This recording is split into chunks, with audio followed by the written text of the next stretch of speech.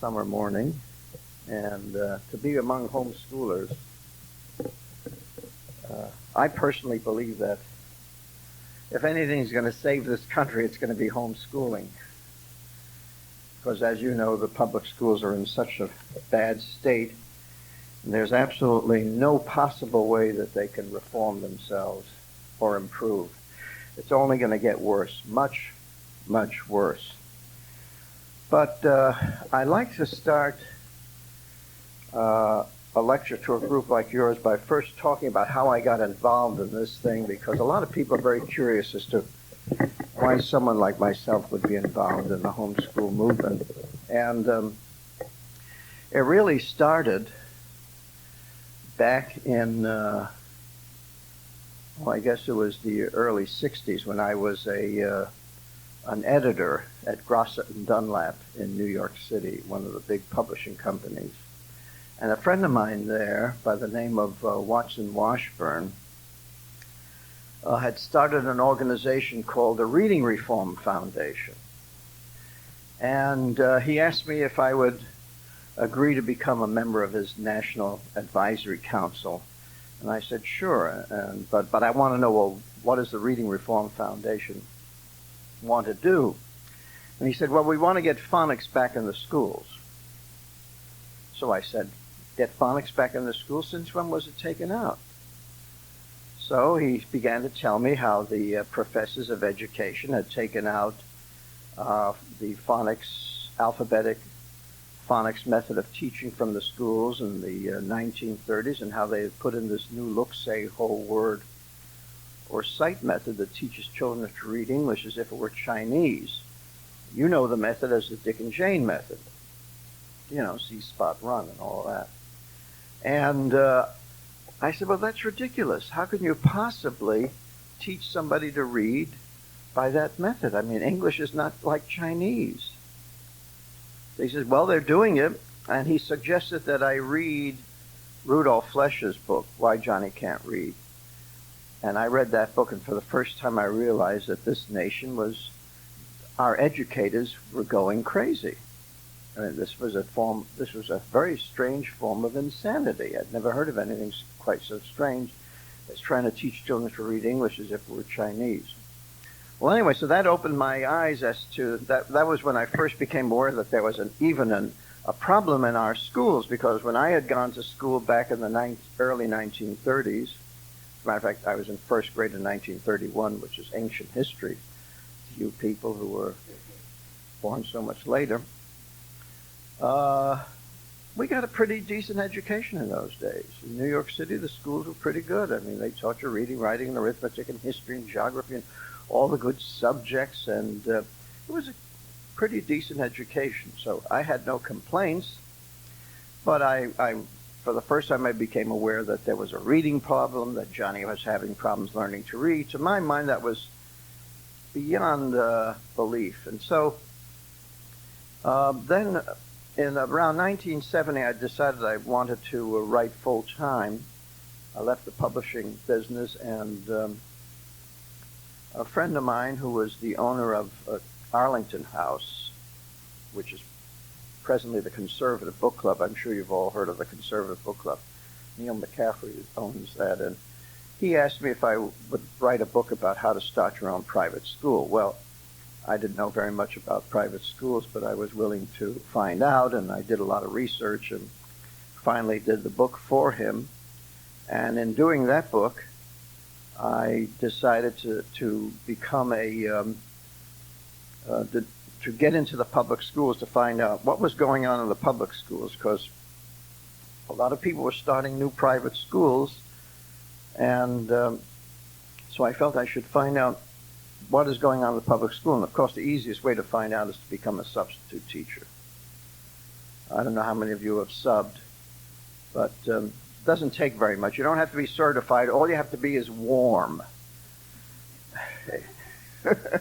And so I became a substitute teacher for a year and a half in the junior high schools and high schools of Quincy, Massachusetts, which is a suburb of Boston, as you know.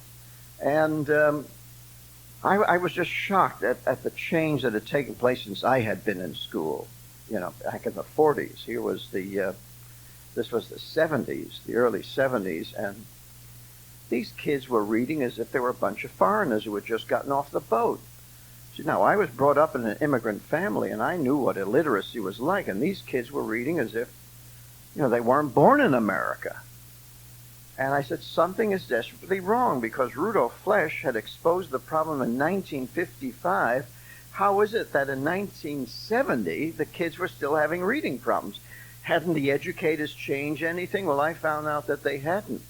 So I decided to bring the reading problem up to date so that Americans would realize that despite what Rudolf Flesch had written, the educators had done nothing to improve the situation.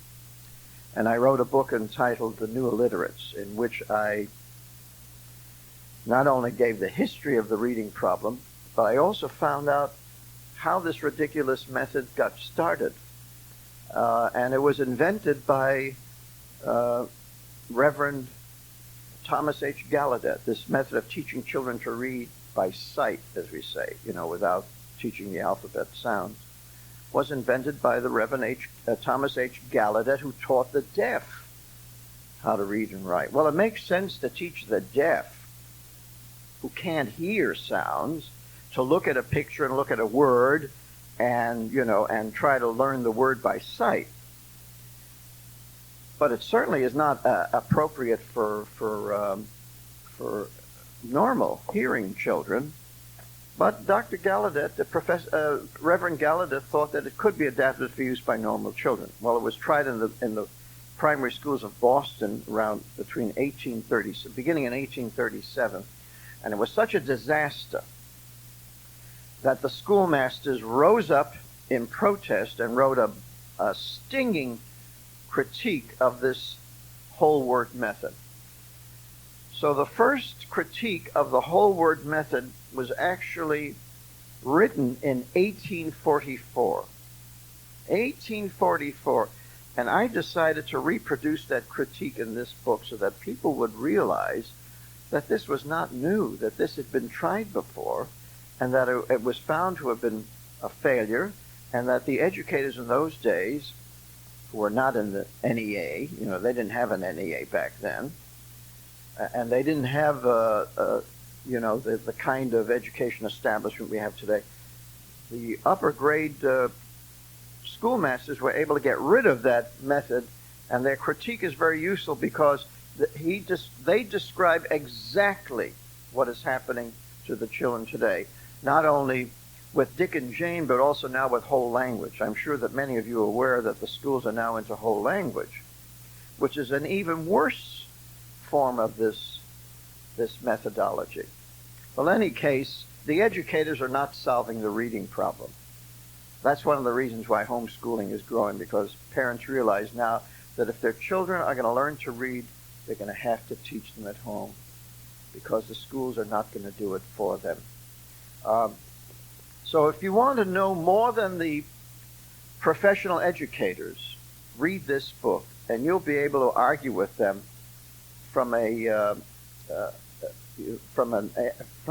strength, from knowledge, because they know very little. These poor teachers these days in the primary schools, they are so abysmally ignorant of such basic things as the phonetic system. I mean, it's really pitiful. They come out of these colleges where they're taught nothing about how to teach reading, or they're given some song and dance about whole language. And they're told right off the bat that 1/3 of the children will not learn to read, that there's something genetically wrong with them. They cannot learn to read. This is what the teachers are told. They're told to expect failure on a large scale because they're going to have failure. And of course, that's what happens when they use whole language. They have this failure on a large scale. So this is a very useful book to have. Well, after I wrote that, I became very curious as to why the government got involved in education in this country in the first place. Because if you go back in our history and you look at the lives of the founding fathers, for the most part, they were homeschooled. And wouldn't you say that they were pretty well educated? After all, if you read the documents that were written in those days, their literacy was very, very high. They were very erudite. They were good readers. And it was done mainly by parents. And and education was basically private, or was church, run by churches. You did have common schools in New England. And the reason why you had those common schools is because the Puritans, the early Puritans, wanted the parents to live up to their biblical responsibilities to educate their children, because the Bible tells parents to teach your children. So they said, well, we want the children to know the catechism, know their religion and all of that, and so we are going to require the families to hire tutors and hire teachers to make sure that their children are adequately schooled and that they learn to read. And that was the beginning of the government's involvement. Well, what we have today as a government education system is so oppressive. I mean, it's a far cry from the very simple, locally controlled common school that you had in New England. I mean, there, the common school, the local people chose the textbooks, they chose the teachers, and you didn't go to school for, as many months, for 10 months, 7 hours a day, 5 days a week. I mean, now they're expanding it. The compulsory school attendance laws usually stop at 16. Now they're prolonging them to 18. Then they're going to move them back to age 3. Mind you, you'll see in a few years they're going to start requiring 3-year-olds to come under government control through this new outcome-based education program. And you know why? Because the educators have found out that earliest period is the most important for implanting in the children's brains the ideas that they want them to have. They say it's much more difficult to change these children's values if they enter school at 6, you see. So that's what they're planning. Well, I wanted to find out how the government got involved in education, and this book tells you the story. It's a fascinating story. It had nothing to do with economics. It had nothing to do with literacy, because we had the highest literacy rate in the world. Our children were being educated. 95% of the children were being schooled in various types of schooling. So there was no need for it. The government, the whole movement was imposed from the top by the Harvard Unitarian elite who wanted to get religion out of education. Believe it or not, that was the basic motive, was to separate education from religion so that the children could be weaned away from Calvinism, from Orthodox religion. That was the basic reason. And if you read this, you'll see the entire story. And it's fascinating because it all happened here in New England. Boston, Harvard University, that's where it all started. And if you look at the mess of the Boston schools today, I mean, there are the schools of Boston, which are probably some of the worst in the country. And there's Harvard University, MIT, Boston University, Tufts University. How come all those universities can't produce anything decent? It's because all of the horrible things that are happening in education today have come out of those universities. It's the graduate schools of education that are doing the job. So this will give you the history that you have to have when you're confronted by all of those people who say, well, how dare you homeschool your children? Who do you think you are? Well, this will give you the knowledge that you have to understand why the public school system has become what it is. And the reason why it has is because its basic premises was wrong. If you understand that the beginning was wrong, the seed was wrong. The seed, it was a bad seed. Now, it's true that the schools did some decent teaching for a while. It just took a while before they could depart completely from the way things were done when the system was all private. But it has become totally I would say, totally useless as an instrument for education. What the schools are into now is not education. They're into changing society, changing behavior. Everything is behavioral objectives. They're not interested in the mind anymore because the system has been taken over by psychologists. The next book I wrote is the book on the NEA, because this one, Is Public Education Necessary?, goes up to about 1850. It deals with the earliest part of the history, how it all started. And NEA Trojan Horse picks up the story there and goes down to the present and shows how the system was taken over in the early part of this century by the progressives. Now, who were the progressives? These were individuals. They were basically the, you might say, the Protestant academic elite who no longer believed in the religion of their fathers.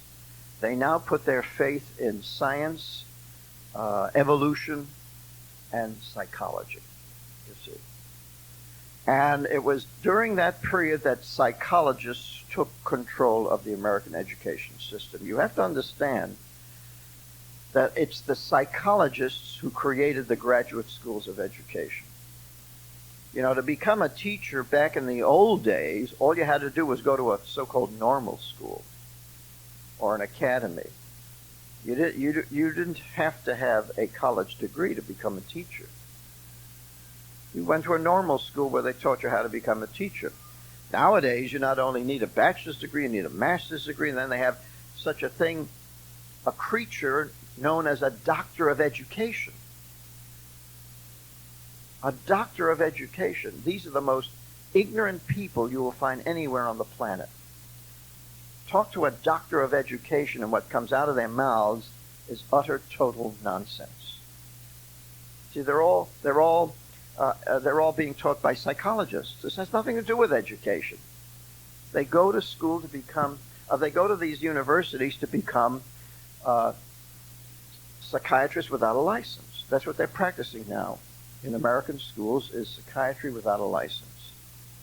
And everything now that's done in American public schools is run by psychologists. It's created, the programs, the curricula are created by psychologists. And so they see education as a form of therapy, you see. Form of training, therapy, not as a means of developing the mind or the intellect. That's why the kids come out of the schools knowing nothing, because they're not interested in developing the mind. First of all, they don't even teach them to read. You know, they teach them about reading, but they don't bother to teach them how to read, you see. So the kids spend a lot of time learning all about reading, and then they're out into the world and they can barely read. A friend of mine in North Carolina has been doing a study of reading in the public schools there, and he has discovered that only about 1/4 of the students are good phonetic readers. 1/4.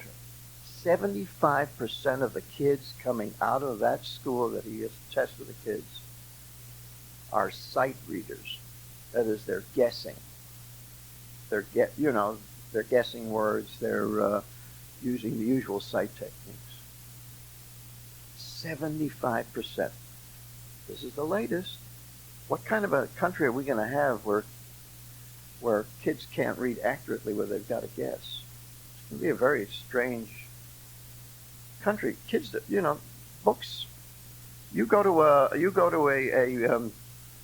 bookstores.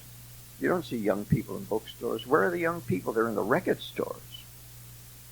That's where the young people are, in the record stores, not in the bookstores. And the readers are becoming older and older, and the fewer young people read books. I mean, once they get beyond the little children's books, they're into videos, they're into everything else. So we're destroying literacy in this country, and it's being done by the educators. Isn't that amazing that the educators should be responsible for the dumbing down of the American people? And that's what it amounts to, a dumbing down. because the American people are losing the ability to use vocabulary. They said it was at a rate of 1% a year. 1% a year in 50 years, that means the nation has lost half of its ability to use the language. Half. You see, that's where does that lead to? What it leads to is this: you're going to have a small group of people who can read, and the rest will be totally dependent on, they're going to be like the illiterates who came over on the boats and had to ask somebody, well, what does that say? If they want to write a letter, they're going to have to ask somebody else to do it for them. That's what's happening. So this is a very important book to read, all of these books, because they tell you what's going on. And of all the people who should know, because let's face it, you're the ones who may be dragged to court, and you've got to go on the offensive. You can't keep just defending and saying, well, I have my parents' rights to educate my children at home. Because then the court says, yes, but the state has a compelling interest in education. And our lawyers generally say, oh, yeah, we recognize that. But they never ask the question, well, what does the state mean by education?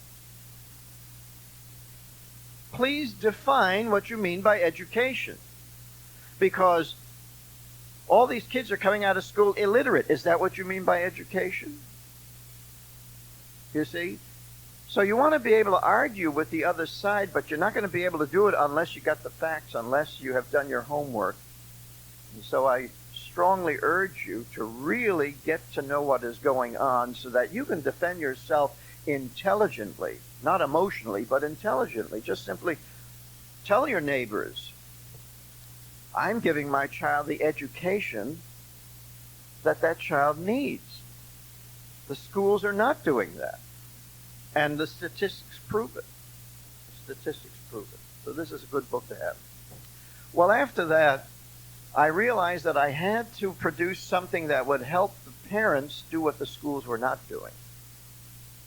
I mean, it's one thing to tell the parents that the schools are not teaching, that the kids are being dumbed down, but how are the parents going to improve the situation? So I wrote How to Tutor, which instructs parents on teaching their children reading, writing, and arithmetic, the 3 R's, the basic academic skills that every child must have if they are going to advance.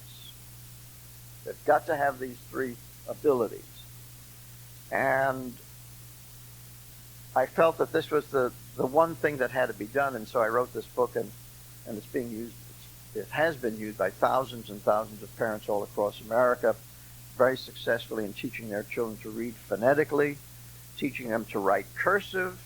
And I will discuss this later today in my seminar on alphaphonics, and then the reading and the writing and the arithmetic, and also how to do arithmetic.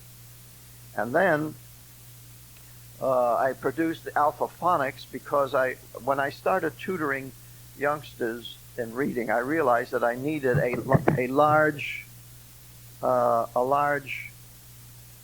tutoring book with large lettering so that they could actually read it. And so I put this together, and this too is being used by many, many parents in America to teach their children to read. It's the easiest, simplest way to teach anyone our English alphabetic system. You don't have to take a course in it. All you have to do is read the instructions in the back.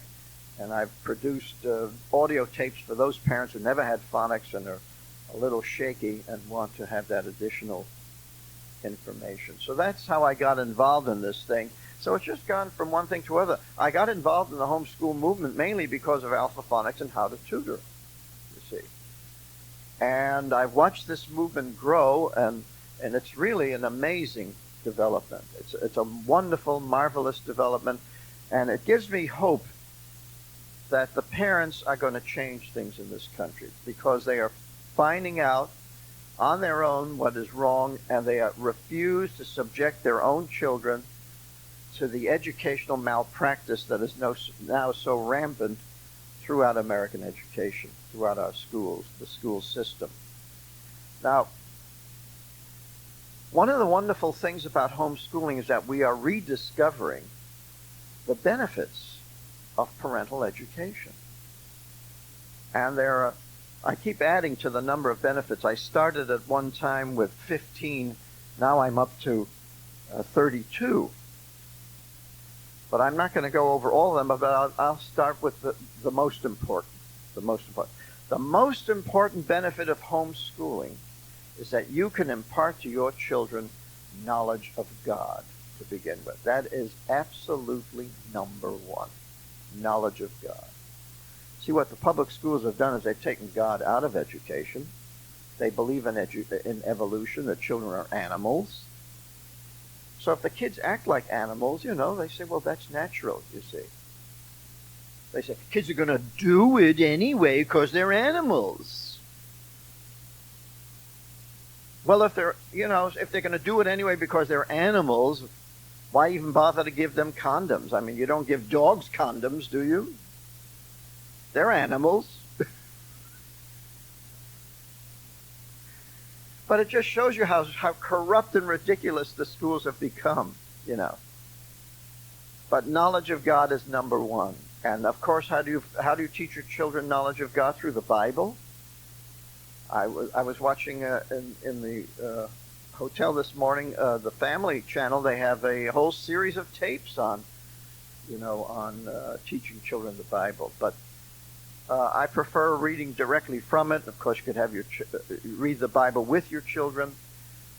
And I firmly believe that you cannot truly be educated if you don't know the Bible. I mean, it's the educators have removed the Bible from the schools, have removed any mention of God from the schools, and they think that they can produce an educated individual without a knowledge of the Bible. Do you know that the Bible is the central text for our civilization? Now, how could you take out the heart of our civilization and say that it's unimportant, you shouldn't teach it? You can't do a crossword puzzle without knowing the Bible. You can't. How many books, how many titles of books are taken from the Bible? How many times is the Bible referred to in poetry, in our literature throughout? If the kids don't know the Bible, they wonder, what's this all about? You talk about Samson and Delilah, and they wonder, who's that? Is that a rock group? And we assume that the kids know these things. If they haven't been taught it, they don't know it, you see. You talk about David and Goliath, they have no idea what you're talking about. We think they know. They don't. Noah's Ark? Maybe they do, maybe they don't. It's in children's stories, I guess. But you can do that job, and it's most important to impart knowledge of God. Because when you do that, then your child realizes that he has a soul, that he is responsible to his Maker, that he is responsible to God's law, that he's got to behave like a human being. And his connection is upward to God, not downward to the animal world. You see, the educators want the child to develop his links downward to the animal world. But you have to have your child understand his links to God above. Spiritual knowledge, you see. So that makes him responsible for his behavior. And, of course, that's a great help in bringing up kids. The next important benefit of homeschooling, of course, is the generation bridge that you create. Because as parents, you're going to pass on to your children the knowledge, the wisdom, and the values that have come before, that you have acquired from your parents, if you did. But certainly the knowledge and the wisdom and your values should be imparted to your children. Why should you give your children to a perfect stranger and have that stranger impart his or her values to your children? Does that make sense? These children are the most important parts of your life. These children are yours forever. You may divorce spouses. You can't divorce kids. They're yours. And why shouldn't you impart your values unless you don't think much of your values? And if you don't think much of your values, then you're in bad shape. But if you respect yourself, if you have high regard for your own values, then I would imagine that would be the most wonderful thing for a parent to do. The most joyful thing that they can do is to impart to their children their values and their knowledge and their wisdom. And of course, the schools are not doing this. They are creating a generation gap. They're telling the kids, your parents don't know anything. Your parents are stupid. Your parents are old-fashioned. You see. And they are creating conflict. The schools create conflict between parents and children, while homeschooling creates harmony. It creates a generation bridge so that you can pass on to your children the things that you love, the things that are important to you, your religion, you see. So the generation bridge is very important. That's the second most important benefit of homeschooling. A third benefit is the mutual respect that develops between children and parents. As I said, the schools try to inculcate the notion that the parents are stupid and don't know anything. That the parents are old-fashioned, see. So the children lose respect for their parents. Now they doubly lose respect for their parents because they are sent to the school by their parents. Now when a parent puts a child in a public school, what does the parent tell the child? Listen to your teacher. Do what the teacher tells you to do. In other words, the parent is giving the school the authority to then indoctrinate the children in how awful the parents are. Does that make sense? Of course not. So the most important thing is to develop the mutual respect. And you understand your children better than anyone else. I can't tell you the countless stories I've heard of parents who send their kids to school, perfectly bright, intelligent youngsters, and then are told by the teachers, well, your child has a learning problem. Your child is dyslexic. Your child has attention deficit disorder. Your child has this. Your child has a learning disability. Here's a child that was brought up by parents that they didn't detect any learning disability. That kid could talk from, day one. No learning disability, no dyslexia. Yet the child develops all of these horrible things that are wrong. And so the mother begins to think, gee, have I given birth to a genetic freak? Is there something wrong with my genes? And the kids they hate school. Naturally, they hate school because what the school has done is destroyed their brain through the teaching method. They can take a perfectly normal child and turn that child's brain into macaroni in 6 months. Remember, the schools are run by psychologists. They know how the brain works. They can destroy a child's brain in 6 months or even less. They know how to do it. They've been doing it now for 50 years. They have perfected the technique. So this creates mutual disrespect. But at homeschooling, you know how your child learns. You give them, you're there. You know your child's intelligent. You help them. The child then admires you as a teacher. You'd be surprised how these homeschool children look up to their parents who are teaching them. Because there's nothing, I think, more wonderful than being taught by a parent. I don't think there's really any experience that a child can have that's more wonderful than being taught by a parent who knows what he or she is doing, hopefully. But that's a marvelous experience because that's where children learn best, from their parents. Parents start teaching their children from day one. So why should at the age of 6 suddenly the parents stop and hand that child to a total stranger who may be an atheist, a Satanist, a nihilist, or even a perfectly nice Christian? You just don't know. You don't know what you're getting. And that doesn't make sense. So mutual respect is a very important benefit of homeschooling. Another important benefit is that the kids learn better at home than they do in school for a variety of reasons. And this has been proven by the educators themselves who have done research on this. For example, in Australia there was a professor who did a research study of how children where do children learn language best? In the home, on the playground, or in school? And what do you think was the result? Home. Why? Because at home, the children are in constant conversation with their parents, you see. On the playground, what do? They just shout, throw me this, throw me that, They just run around. There's not much language used on the playground.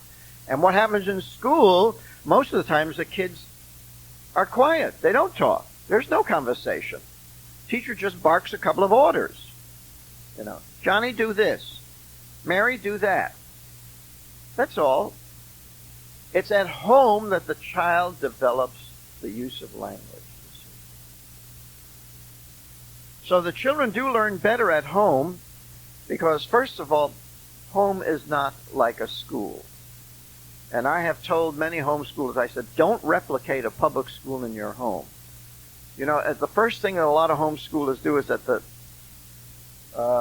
mother wants to play school. She wants to be teacher.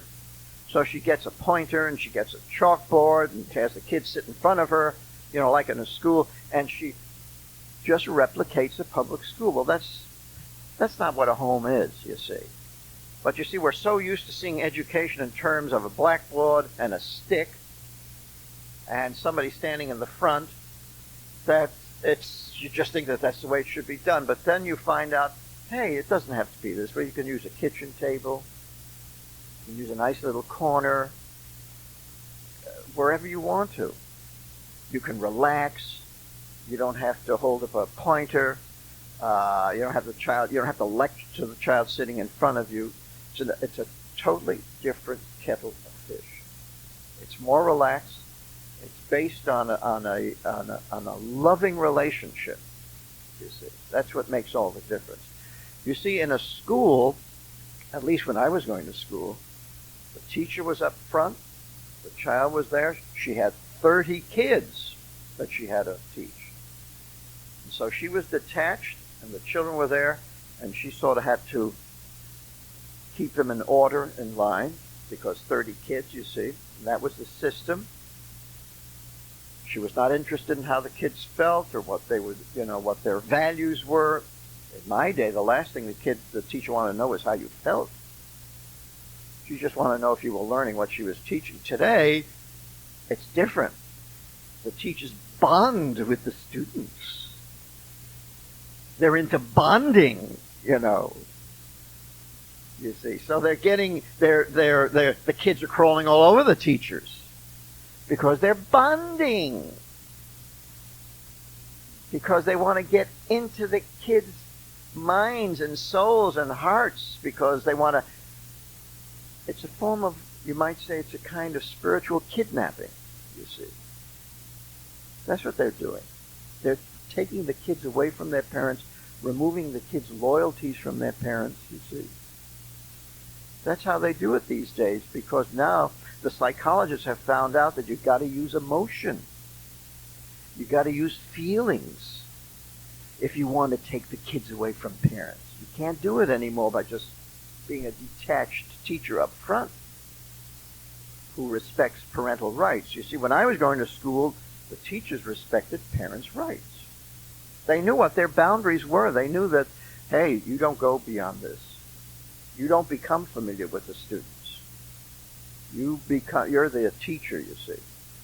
And that was a very good relationship that the child had with the teacher. Distant. The teacher was on a pedestal. You admired the teacher, but you did not sit on that teacher's lap. Today it's different because the psychologists have found out that if you want to take the kids away from the parents, You got to use emotion and feeling and bonding, you see. So, and that destroys education, because then they're not interested in teaching. Because once they get that emotionally involved with the kids, you can't teach them anything, because those kids are going to manipulate, use, and do all kinds of things. But with the parents, it's different. Parents know the child. They know that child from day one. The child wants to learn. Children are self-teachers. Remember, your child started teaching himself or herself the language, so that by the time they're 3 or 4, they're already mastering a vocabulary all on their own.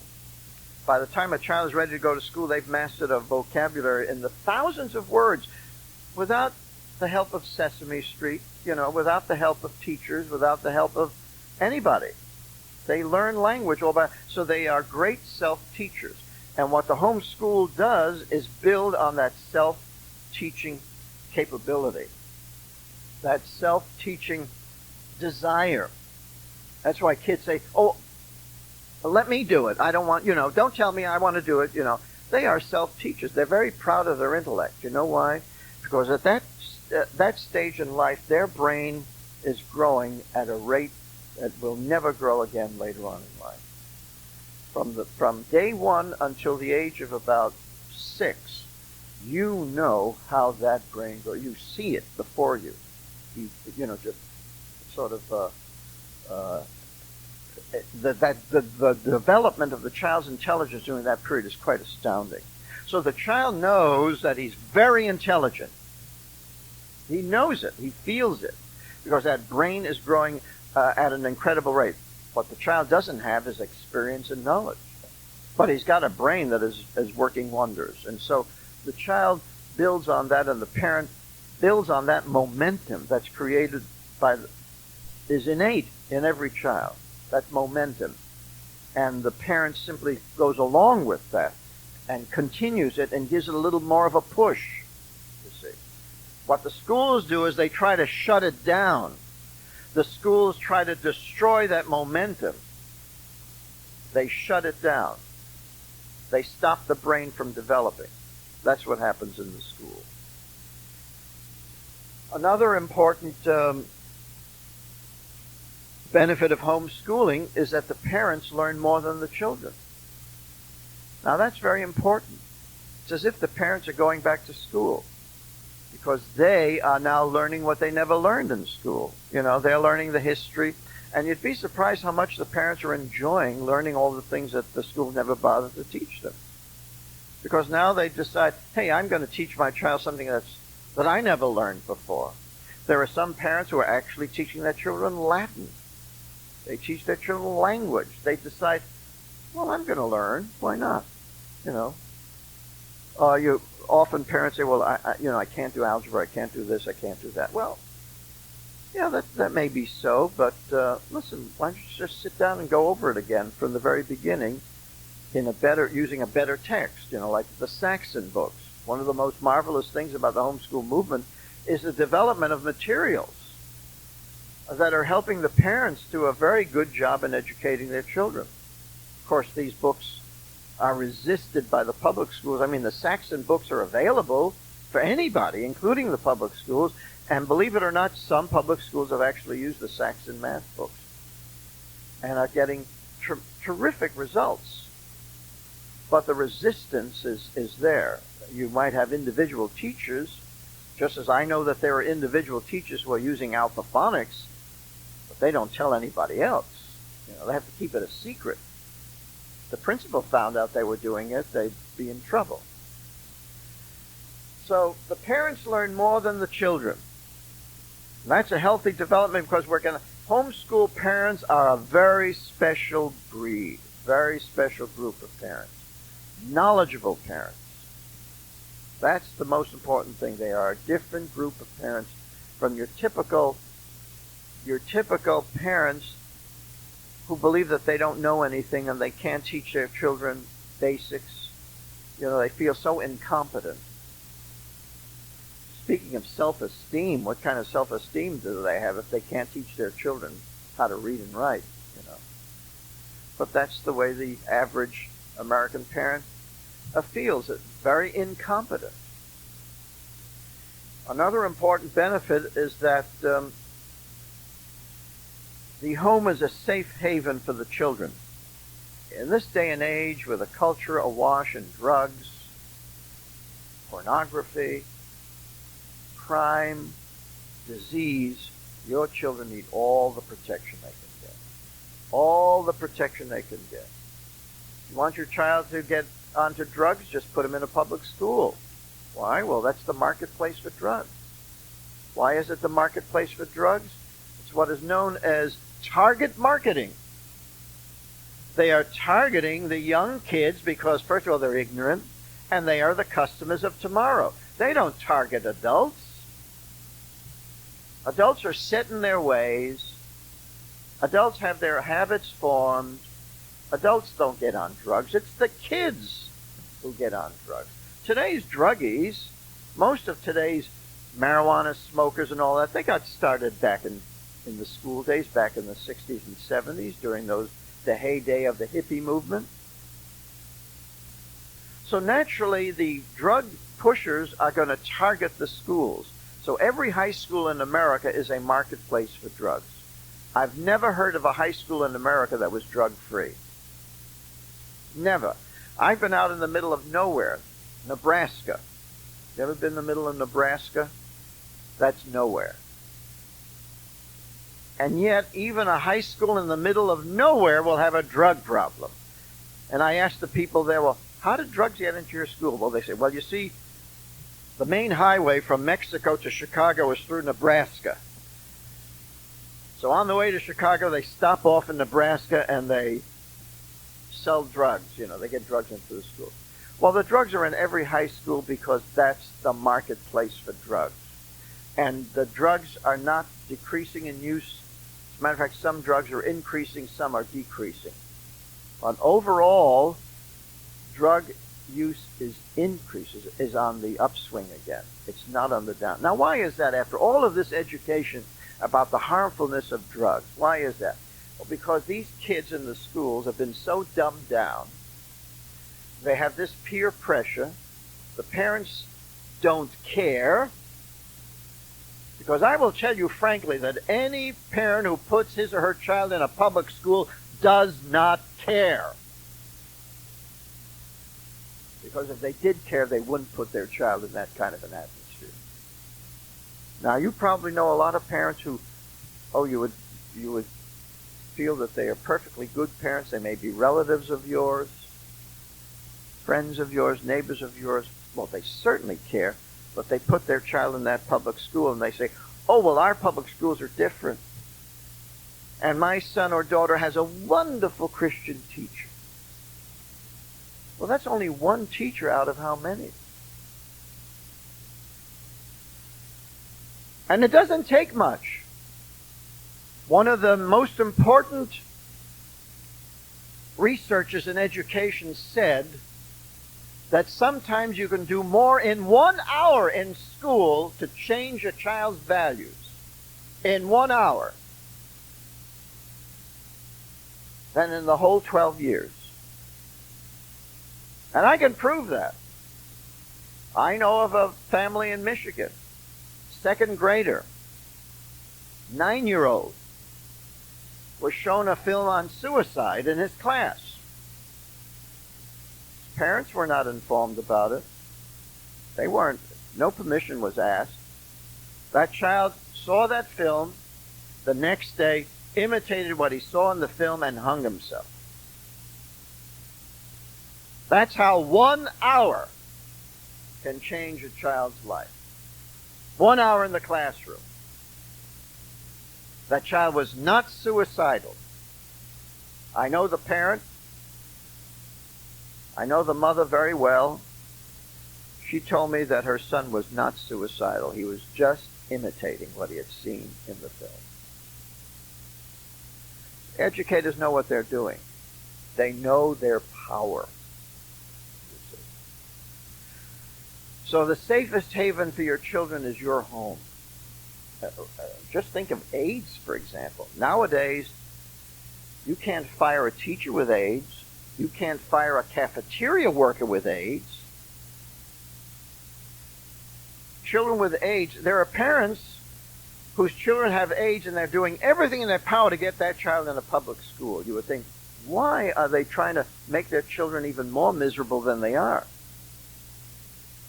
The poor child has AIDS. The last thing you'd want to do is put them in a public school, and yet there are parents who will do that. They go to court, and they've won.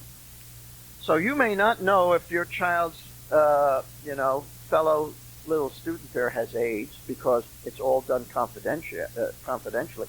You see, people with AIDS have rights over you. The healthy people have no rights.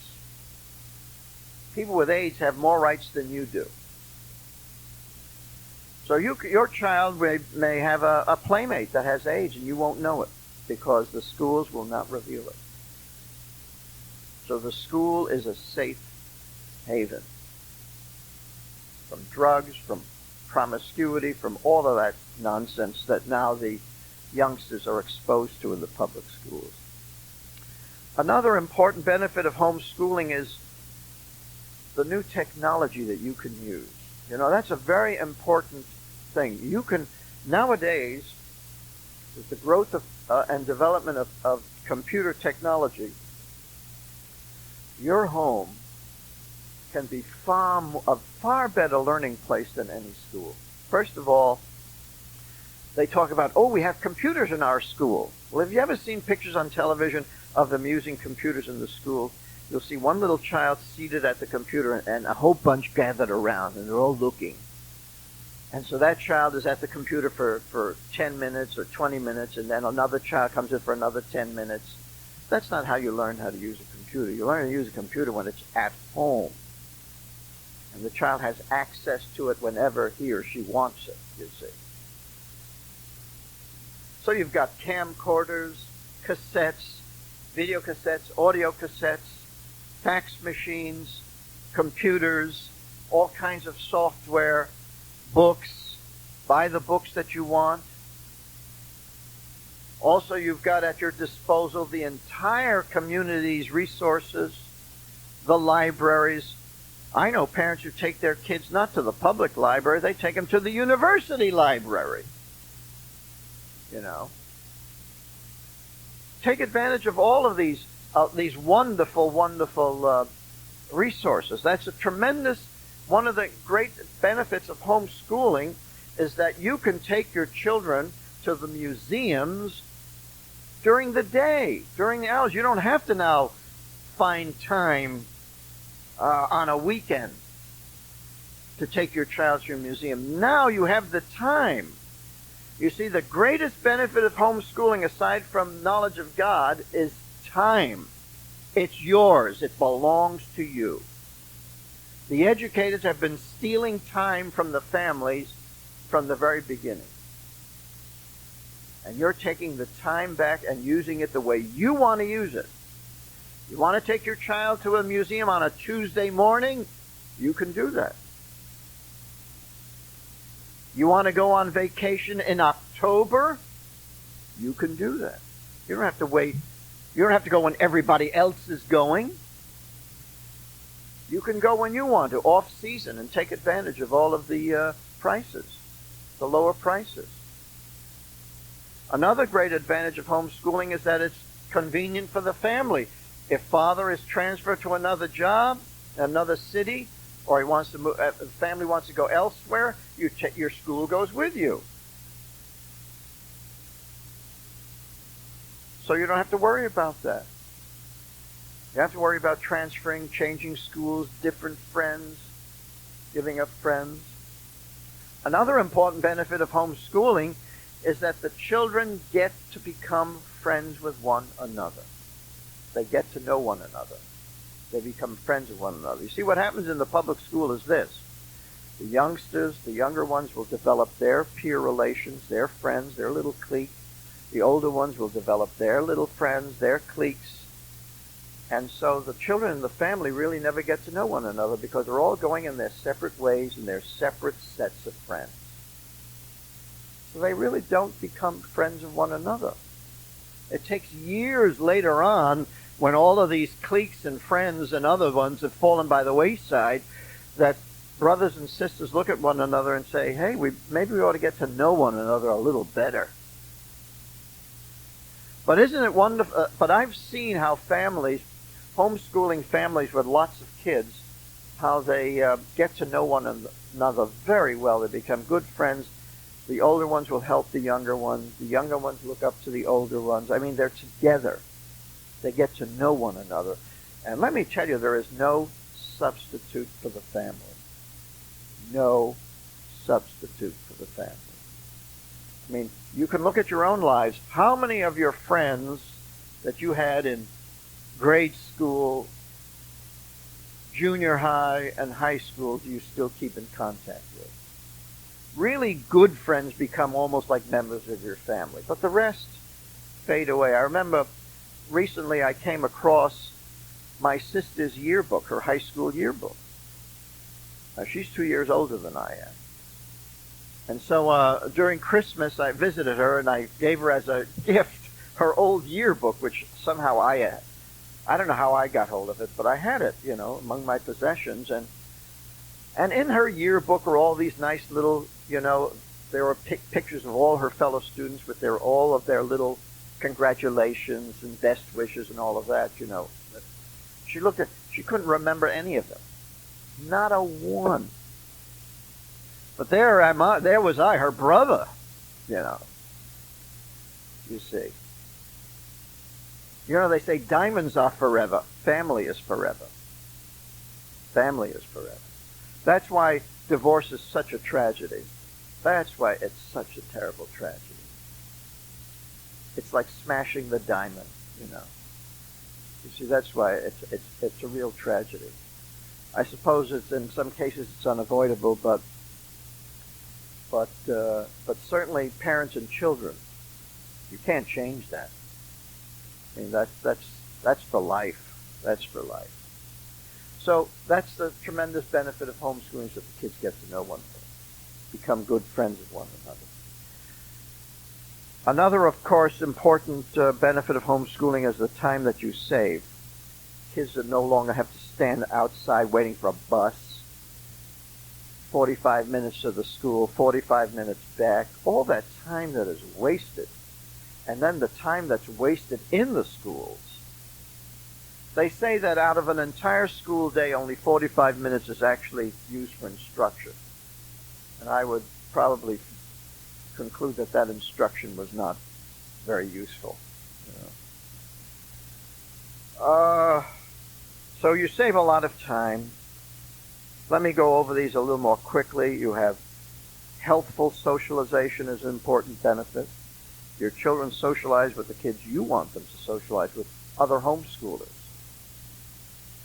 The wonderful thing when you hear of these older homeschool kids, marrying one another from another homeschool family. Wonderful, wonderful thing. You can imagine what kind of wonderful families they're going to have. Another important benefit is that you can keep your children off the national computer. You see, all the kids in the public schools now are they're going to have data banks on every single individual who enters the public school, gets a social security number, an ID number.